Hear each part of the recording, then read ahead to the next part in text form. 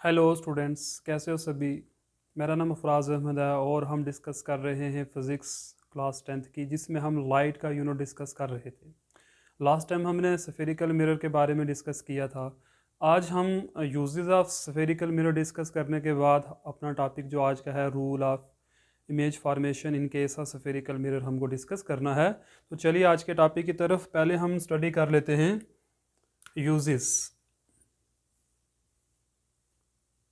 Uses of concave and convex mirror. तो पहले हम यूजेस ऑफ कनकेव मिरर देख लेते हैं क्या कि कनकेव मिरर कहाँ कहाँ पर यूज़ होता है।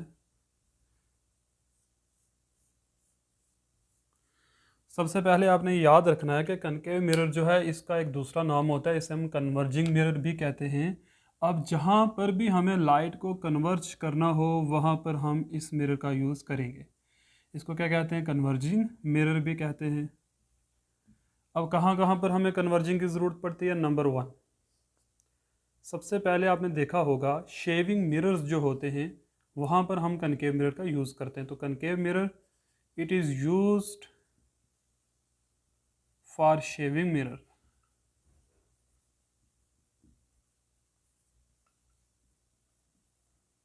नंबर 2 कहाँ पर यूज़ होता है?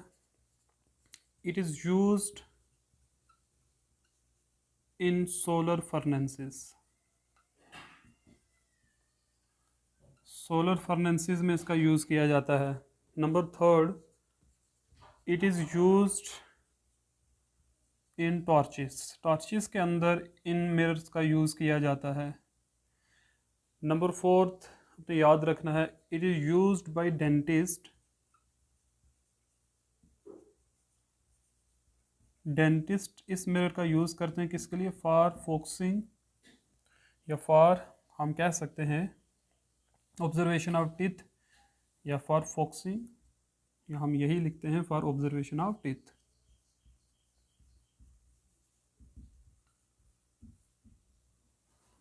टीथ्स की ऑब्जर्वेशन करने के लिए, उनके बारे में मालूमात हासिल करने के लिए हम इस मिरर का यूज़ करते हैं। और इस मिरर का कहाँ पर यूज़ होता है? Number 5, it is used for headlight.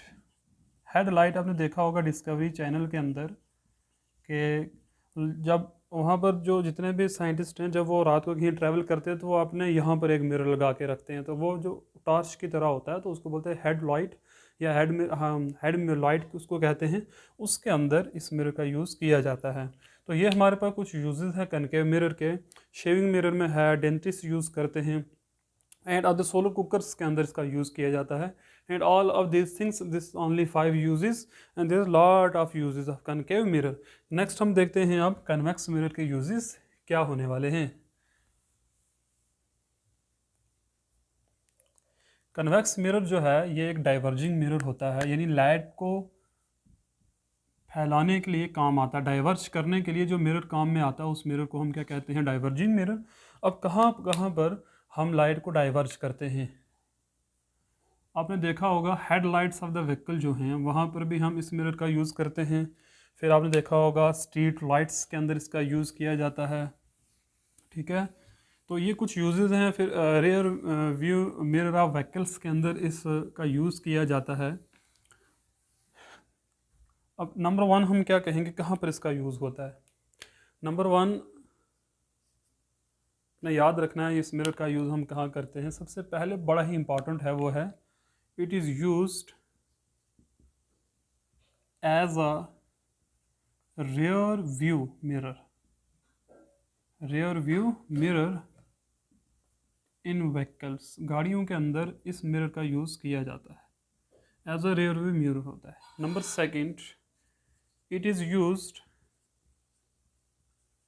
In street light. Street lights के अंदर इस मिरर का यूज़ किया जाता है। और कहाँ पर इसका यूज़ होता है? It is used in headlights. Headlights के अंदर इस मिरर का यूज़ किया जाता है। This only 3 uses. आप और भी यूजेस देख सकते हो। तो ये कुछ मैंने यूजेस बताए। अब इनकी शक्ल आपको कैसे पहचानना है देख कर कि कौन सा मिरर कन्वेक्स होता है और कौन सा मिरर तो आपने देखा होगा जो इस तरीके का होगा, यानी कि मैं कह सकता हूँ जिनका जो इस तरीके से ये मिरर जो है, यानी अंदर से इस तरफ बल्ज हुआ हुआ है, और ये वाला मिरर क्या है, इस तरीके से हुआ हुआ है। अब आपने देखा होगा जो गाड़ी की हेडलाइट्स होती हैं, तो उसके जो मिरर होते हैं वो इस तरीके से निकला था। इन सिंपल मैं कहूँ कि जिनके पेट जो होते हैं ना, पेट जो बाहर की तरफ होंगे निकले हुए, यानी इस तरीके का हाथ आप देख लो, तो ये जगह अगर बाहर की तरफ है तो इट मीन्स ये मिरर कौन सा एक्ट करने वाला है, आपका कन्वेक्स मिरर। अपने स्पून तो सबने देखा होगा ना, स्पून इस किस्म का स्पून होता है, ठीक है। अब ये जो स्पून है आप देखोगे ये वाली साइड क्या है, बाहर की तरफ, और ये वाली साइड क्या है, तो ये वाली जो साइड है ये क्या एक्ट करती है, कन्वेक्स शेप होती है, और ये वाली कौन सी होती है, कनकेव शेप होती है। तो पहचानते कैसे हैं, जो अंदर की तरफ झुके होंगे तो वो होंगे कनकेव मिरर, जो बाहर की तरफ निकले हुए होंगे तो वो कौन से होते हैं, कन्वेक्स मिरर। तो ये हमारे पास यूजेस थे इनके, वो मैंने आपको बता दी। अब हम पढ़ने जा रहे हैं मोस्ट इंपॉर्टेंट टॉपिक इस यूनिट का, जिसको हम कहते हैं rules of image formation and image formation in case of spherical mirrors. तो पहले हम रूल्स देख लेते हैं कौन से रूल्स होते हैं, तो फिर हम उस टॉपिक को स्टार्ट करेंगे। ओके, मूव करते हैं हम। अब टॉपिक का नाम लिखो, टॉपिक का नाम है rules of image formation. Rules of image formation in case of spherical mirror. Spherical mirror के केस के अंदर क्या क्या हमें इमेज फॉर्मेशन के लिए जो रूल्स हैं क्या हैं स्फेरिकल मिरर। तो जो रूल्स मैं आपको बताऊंगा आपने वो याद रखने हैं। सिर्फ ये आपको पेपर के अंदर या किसी एग्ज़ाम के अंदर ऐसा क्वेश्चन आपको नहीं आने वाला कि रूल्स लिखो। आ भी गया तो आप इट्स आवर ओन लैंग्वेज, आप उसको एक्सप्रेस कर सकते हो, बट आपको याद ये रखना है कि कौन कौन से रूल हम यहाँ पर ज़्यादा यूज़ करते हैं। तो पहला रूल ये कहता है, मैं एक मिरर ड्रा करता हूँ, ये मैंने एक मिरर ड्रा कर लिया, इस मिरर का नाम क्या है, अभी तक कोई कंफर्म नहीं है, कनकेव है या कन्वेक्स है, क्यों कि पॉलिश नहीं है। जब पॉलिश हो जाएगा तो अब हम इसको पहचान सकते हैं। तो मैंने ये पॉलिश कर दिया, अगर इसके आउटर साइड पॉलिश कर दी इट मीन्स कनकेव हो गया, अगर इसकी इनर साइड पॉलिश होगी तो क्या हो जाएगा, ये हमारे पास कन्वेक्स हो जाएगा। यह आ गया इसका फोकस, ये आ गया सेंटर ऑफ कर्वेचर, ये क्या है इसका पोल।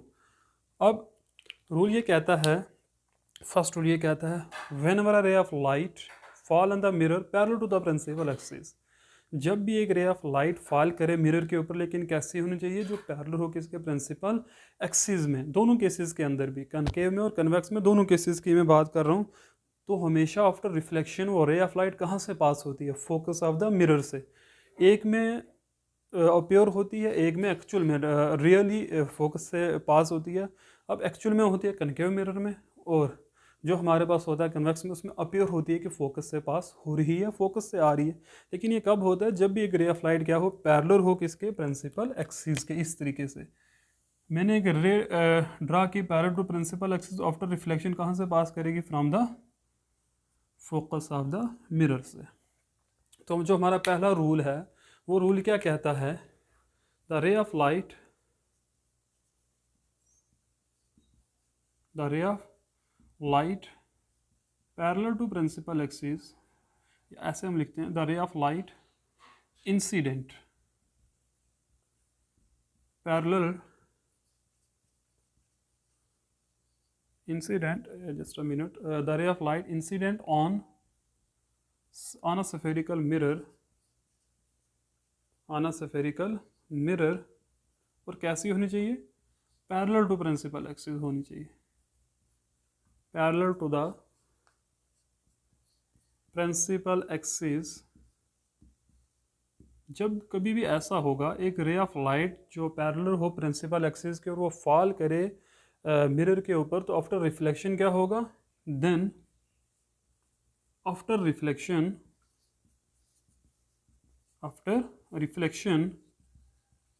It passes through the focus. हमेशा ये याद रखना, it passes through the focus of the mirror. ये है आपका रूल नंबर 1, आपको ये याद रख लेना है, passes, it passes through the focus. Okay, bracket में मैंने एफ सिंबल दे दिया, ये आपको याद रखना है। तो रूल नंबर 1 आई थिंक आपको समझ में आ गया होगा, जब भी एक ray of light parallel fall करती है किसके पैरेलल, प्रिंसिपल एक्सिस, और कहाँ पर फॉल करती है, मिरर के ऊपर। तो आफ्टर रिफ्लेक्शन, मिरर का काम होता है रिफ्लेक्ट करना, तो आफ्टर रिफ्लेक्शन वो रे ऑफ लाइट कहाँ से पास होगी, हमेशा फोकस से। कौन से रूल हैं, स्फेरिकल मिरर के, प्लेन मिरर के रूल नहीं है, ये स्फेरिकल मिरर में ऐसा होता है। नंबर सेकंड रूल आप देखो, नंबर सेकंड रूल क्या कहता है, अगर रे ऑफ लाइट जो है, उसके लिए मैं अलग फिगर बनाऊंगा, ये फिगर मुझे रब करनी है, तो मैं ये फिगर आई थिंक आपने बना ली होगी, तो मैं रब करता हूँ इसको। तो दूसरा रूल क्या कहता है, पहले समझ लो फिर मैं इसको लिखाता हूँ आपको। आपके पास ये मान लो एक कनकेव मिरर ही है, ये आ गया हमारे पास कनकेव मिरर, ये आ गया फोकस, और ये आ गया सेंटर ऑफ कर्वेचर। अब ये है कि जब कभी भी रे ऑफ लाइट फोकस से गुजरेगी, आफ्टर रिफ्लेक्शन वो क्या हो जाएगी, पैरेलल हो जाएगी प्रिंसिपल एक्सिस के, इसका रिवर्स हो जाएगा। अगर पैरेलल गई तो फोकस से पास हो गई, अगर फोकस से आई तो आफ्टर रिफ्लेक्शन प्रिंसिपल एक्सिस के पैरेलल हो जाएगी। किस तरीके से, ये एक रे ऑफ लाइट आई हमारे पास और कहाँ से पास करी, फोकस से, आफ्टर रिफ्लेक्शन ये क्या हो जाएगी, पैरेलल टू प्रिंसिपल एक्सिस हो जाएगी। ये बात आपको याद रख लेनी है। रूल नंबर सेकंड जो हम यूज़ करेंगे इमेज फॉर्मेशन के लिए, तो वो रूल आपने याद रखने हैं कि जब कभी भी रे ऑफ लाइट जो है वो फोकस से पास हो तो आफ्टर रिफ्लेक्शन मिरर वो कैसी हो जाती है, parallel to principal axis. In short term में अगर मैं इसको लिखूँ तो मैं क्या लिखूँगा, रे of light, ray of light coming from the focus, coming from the focus of the mirror, focus of the mirror, तो क्या हो जाएगा, आफ्टर रिफ्लेक्शन क्या होगा, after reflection it, after reflection it goes parallel to principal axis, it goes parallel to the principal axis।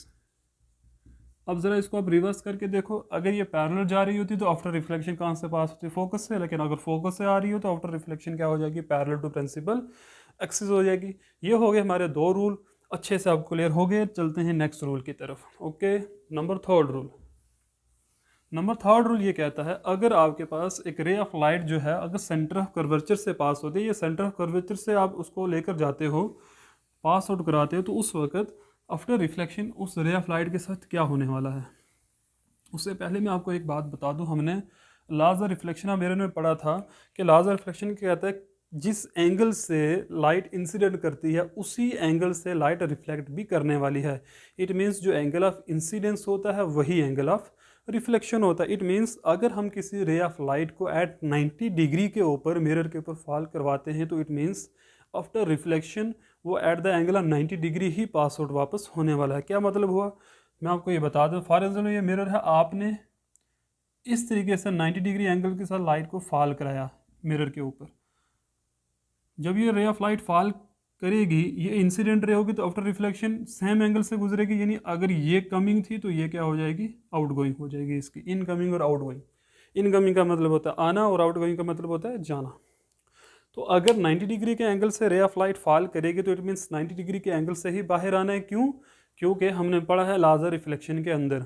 अब अगर हम spherical mirror की बात करें तो कहाँ से, अगर हम मिरर के ऊपर किसी पॉइंट के ऊपर भी नॉर्मल ड्रा करते हैं, एवरीथिंग स्फेरिकल मिरर के किसी हिस्से पर भी अगर हम नॉर्मल ड्रा करते हैं तो it exactly pass out through the centre of curvature.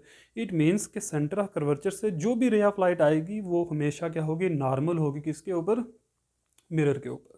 हो गया क्लियर, ये बात आपने याद रख लेनी है कि जब कभी भी रे of light centre of curvature से आएगी तो हमेशा वो क्या होगी, नॉर्मल होगी मिरर के ऊपर। क्या मतलब हुआ इसका, कि आफ्टर रिफ्लेक्शन वो उसी पाथ को क्या करेगी, रीट्रेस करेगी, जिस पाथ से आई थी उसी पाथ से वापस जाएगी। किस तरीके से देख लो, मैं फिगर से आपको ये बता देता हूँ क्या बात मैंने बोली। ये मिरर है आपका, ये प्रिंसिपल एक्सिस है, ये फोकस आ गया और ये क्या आ गया, सेंटर ऑफ कर्वेचर आ गया। ये मिरर कौन सा है, आई डोंट नो, अभी तक तो नहीं पता, लेकिन अब कंफर्म हो गया। आउटसाइड पॉलिश किया तो कंफर्म हो गया। अब मैंने क्या बोला, अगर एक रे ऑफ लाइट हम यहाँ से गुजारते हैं, या ऐसे भी अब लेके जा सकते हो, अगर मैं यहाँ से रे ऑफ लाइट को फॉल करवाता हूँ मिरर के ऊपर, ये मैंने करा, और ये क्या हमारा सेंटर ऑफ कर्वेचर है, ये जो है लाइट इनकमिंग यानी इंसिडेंट है, जा रही है, इंसिडेंट रे है, और कहाँ से गुजरी, सेंटर ऑफ कर्वेचर से। तो जब after reflection from the mirror ये क्या हो जाएगी, अगर ये यहाँ पर फॉल कर रही है और सेंटर ऑफ कर्वेचर से आई है, तो इट मीन्स ये 90 डिग्री का एंगल बनाएगी मिरर के ऊपर, यहाँ पर इसने 90 डिग्री का एंगल बनाना है, ठीक है। तो आफ्टर रिफ्लेक्शन इसने क्या करना है, अपने पाथ को रीट्रेस करेगी, ठीक है।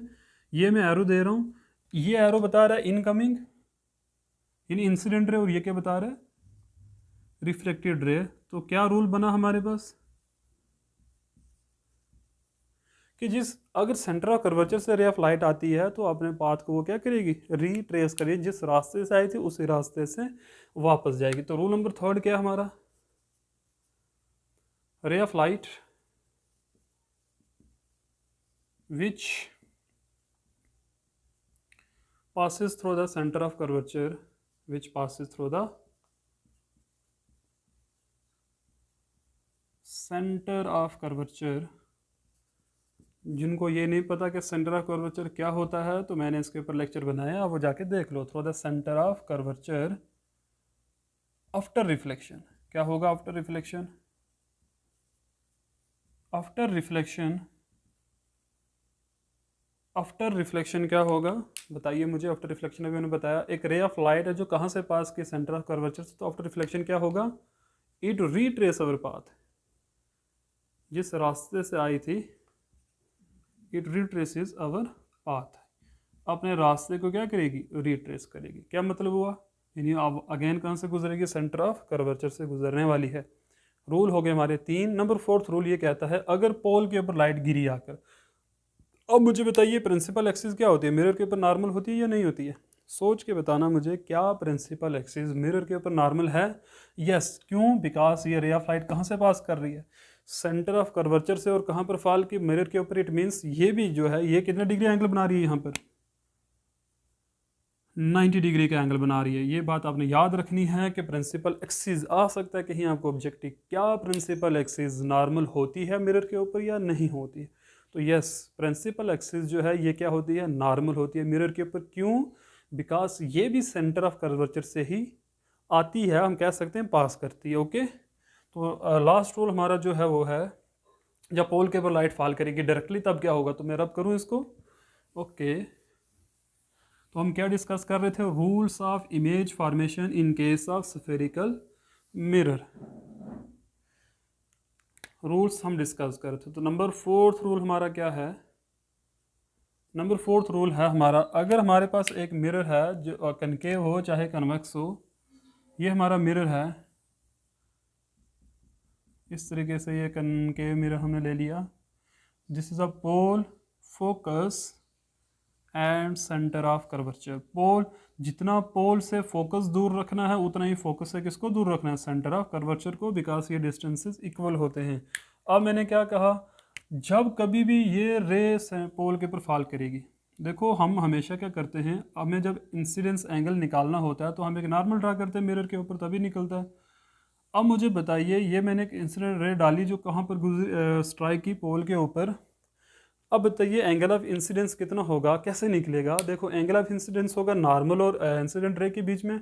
अब यहाँ पर नॉर्मल कहाँ है, अभी मैंने आपको बताया सेंटर ऑफ कर्वेचर से गुजरने वाली जो रे ऑफ लाइट होती है वही नॉर्मल होती है हमारे पास। Principal axis the normal. Okay, बहुत सारे नॉर्मल हो सकते हैं मिरर के ऊपर, लेकिन यहाँ पर हमारे पास क्या एक प्रिंसिपल एक्सिस है जो नॉर्मल अंदर मिरर होता है। अब जितना एंगल यहाँ पर बना होगा एग्जैक्टली उतने ही एंगल से इस रे ऑफ लाइट ने वापस आना है, ठीक है।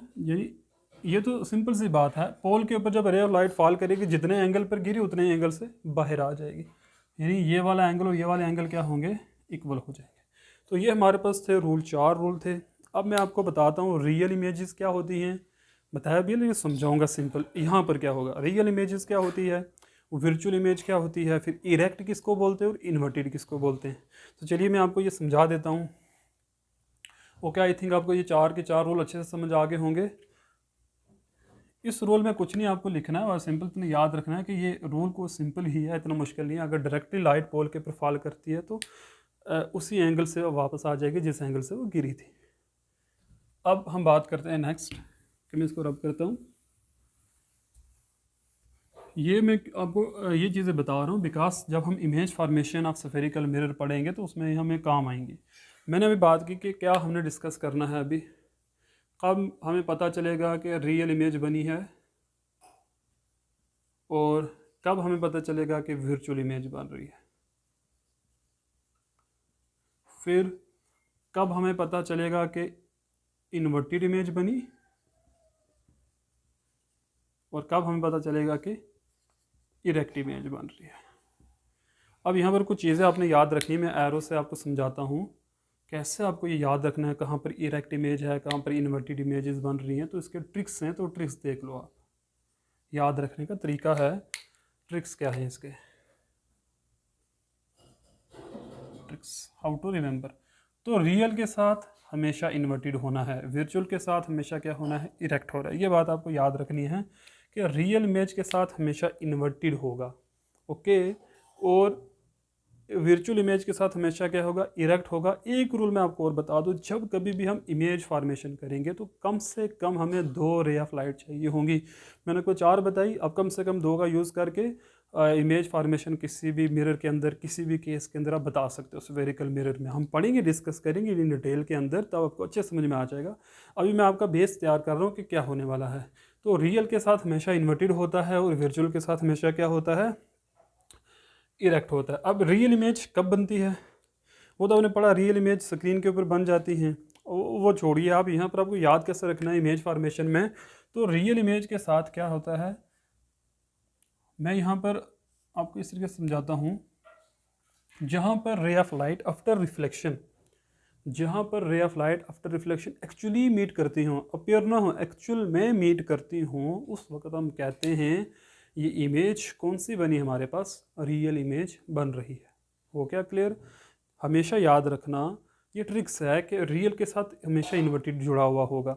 तो जहाँ पर रे ऑफ लाइट खुद ब खुद इंटरसेक्ट करती हो, एक्चुअल में मीट करती हों, तो उस केस में इमेज कौन सी बनने वाली है, रियल।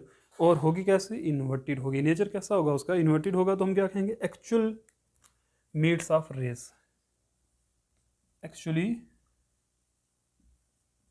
मीट्स, मीट्स का मतलब क्या होता है, मिलना। तो एक्चुअल में जहाँ रे ऑफ लाइट आपस में मिलती होंगी, वहाँ पर हमारे पास जो इमेज बनेगी, उस इमेज का नाम क्या होगा हमारे पास, रियल इमेज, और इन्वर्टेड होगी। अब हमारे पास वर्चुअल इमेज कब बनेगी, वर्चुअल इमेज में अपने याद रखना जहाँ पर खुद ब खुद तो इंटरसेक्ट रे ऑफ लाइट ना करें, लेकिन अप्योर हो कि ऐसा हो सकता है, वर्चुअल ना, ऐसा हो सकता है कि रे ऑफ लाइट उस पॉइंट के ऊपर जाके कट सकती थी, बट कटी नहीं, अप्योर होगा, ठीक है ना। तो हम क्या कहेंगे, एक्चुअल में तो इंटरसेक्ट नहीं करती बट अप्योर होता है। तो इसके लिए हम क्या याद रखेंगे, does not actual meet, does not actually meet but it appear, लेकिन ये अपेयर होता है। तो ऐसे इमेजेस को हम क्या कहते हैं, हमारे पास कौन सी है, रियल इमेज। और जहाँ पर क्या हो रहा हो, ये बात हो रही हो जहाँ पर एक्चुअल में मीट ना करती हो बट अपेयर हो, तो उन इमेजेस को हम क्या बोलते हैं, ये हैं हमारे पास वर्चुअल इमेजेस। अब अपने याद रखना, इन्वर्टेड इमेज कौन सी इमेज होती है। अब बात करते हैं इन्वर्टेड इमेज की, कि इन्वर्टेड इमेज होती कैसी है। तो मैं आपको बताता हूँ इन्वर्टेड इमेज क्या होती है। हम कह सकते हैं इन्वर्स, इन्वर्स हो जाता है। क्या क्या मतलब हुआ इन्वर्स का, अगर आपको चेक करना है ना, तो आज आप मेरे लेक्चर सुनने के बाद आज ही स्पून को देखना। चम्मच होता है, तो चम्मच की जो इनसाइड सरफेस होती है ना, इस तरीके से, जो उसका मुंह खुला होता है इस तरीके से, ये जो मुंह होगा इसमें आप अपने को देखना, तो आपको शक्ल नहीं दिखेगा, आप ढूंढोगे मैं हूँ कहाँ पर, आप अपने आप को ढूंढोगे मैं हूँ कहाँ पर, लेकिन आप देखना आपका सर नीचे की तरफ होगा, आपका फुट ऊपर की तरफ होगा, यानी आप इन्वर्ट हो जाओगे। क्या हो जाएगा, इन्वर्टेड हो जाओगे, ऊपर और नीचे की तरफ हो जाओगे, यानी आपके लेग्स ऊपर नज़र आएंगे और आपका सर नीचे नज़र आएगा, ठीक है। तो ऐसे इमेजेस को हम क्या बोलते हैं, इन्वर्टेड इमेज। इन्वर्स हो जाता है, क्या हो जाता है, इन्वर्स हो जाता है इमेज का, क्या हो जाता है, यानी जैसा भी आप अपने को देखना चाहते हो। अगर उल्टा करके देखोगे, सर नीचे करके चम्मच और पाँव ऊपर करके देखो तो आप सीधे नज़र आओगे, लेकिन सीधा देखोगे तो उल्टे हो जाओगे। तो ऐसी इमेजेस को हम क्या बोलते हैं, इन्वर्टेड इमेजेस, यानी इन्वर्स हो जाना। क्या हो जाना, हेड डाउन हो जाना एंड फुट अप हो जाना, यानी ऐसा दिखेगा आपको। और इरेक्ट इमेज में क्या होता है, सीधी इमेज, बिल्कुल जैसे की जैसी है ओरिजिनल इमेज जैसी होती है वैसी ही नज़र आएगी आपको, ओरिजिनल। अब आप चम्मच की बैक साइड से आप अपने आपको देखोगे तो आपको सर ऊपर ही नज़र आएगा। वो अलग बात है कि मुंह बड़ा आपको नज़र आएगा, वो डाइवर्जिंग मिरर होता है, इसलिए आपको बड़ी शक्ल दिखाई देती है। लेकिन है क्या एक्चुअल में, आपको इरेक्ट जैसे आप देखोगे वैसे के वैसे ही दिखोगे। सीधा देख रहे हो तो सीधा ही दिखेगा। एक होता है स्टूडेंट लेटरल इन्वर्जन। क्या होता है? लेटरल इन्वर्जन होता है। अब मैं आपको चलो नेक्स्ट लेक्चर में ट्रिक बताऊंगा लेटरल इन्वर्जन का, किस तरीके से फाइन कर। लेटरल इन्वर्जन का मतलब होता है आप अपने आपको हाथ देख रहे हो, ये हाथ आप शीशे के अंदर जब देखोगे मिरर के अंदर तो ये हाथ आपको इधर नजर आएगा, ये आंख आपको इधर नजर आएगी। ये होता है लेटरल इन्वर्जन हो जाना। क्या हो जाना? लेटरल इन्वर्जन इसको कहते हैं। क्यों? मैं आपके सामने खड़ा हूँ ना यहाँ पर, तो मेरे ये आइज़ इधर, जब मैं ऐसे हो जाऊँगा यानी ऐसे घूम जाऊँगा, मैं तो अपने आप को सामने देख रहा हूँ, तो ये मेरी आइज़, ये वाली आई कैसे घूम के आ जाएगी? इस वक्त ऐसी हो जाएगी, इस साइड चली जाएगी। तो ये होता है लेटरल इन्वर्जन होता है। अब आपको ये पता चल गया ओरिजिनल इमेज यानी बिल्कुल सीधी इमेज जो होती है, यानी स्टैंड अप लाइट थिंग, जैसा जैसे आपको दिखेगा ओरिजिनली वैसा ही इरेक्ट होता है। ठीक है। अब मिरर के अंदर कब रियल इमेज तो मैंने आपको बता दी। रियल इमेज कब बनती है? जब एक्चुअली मीट करती हूँ।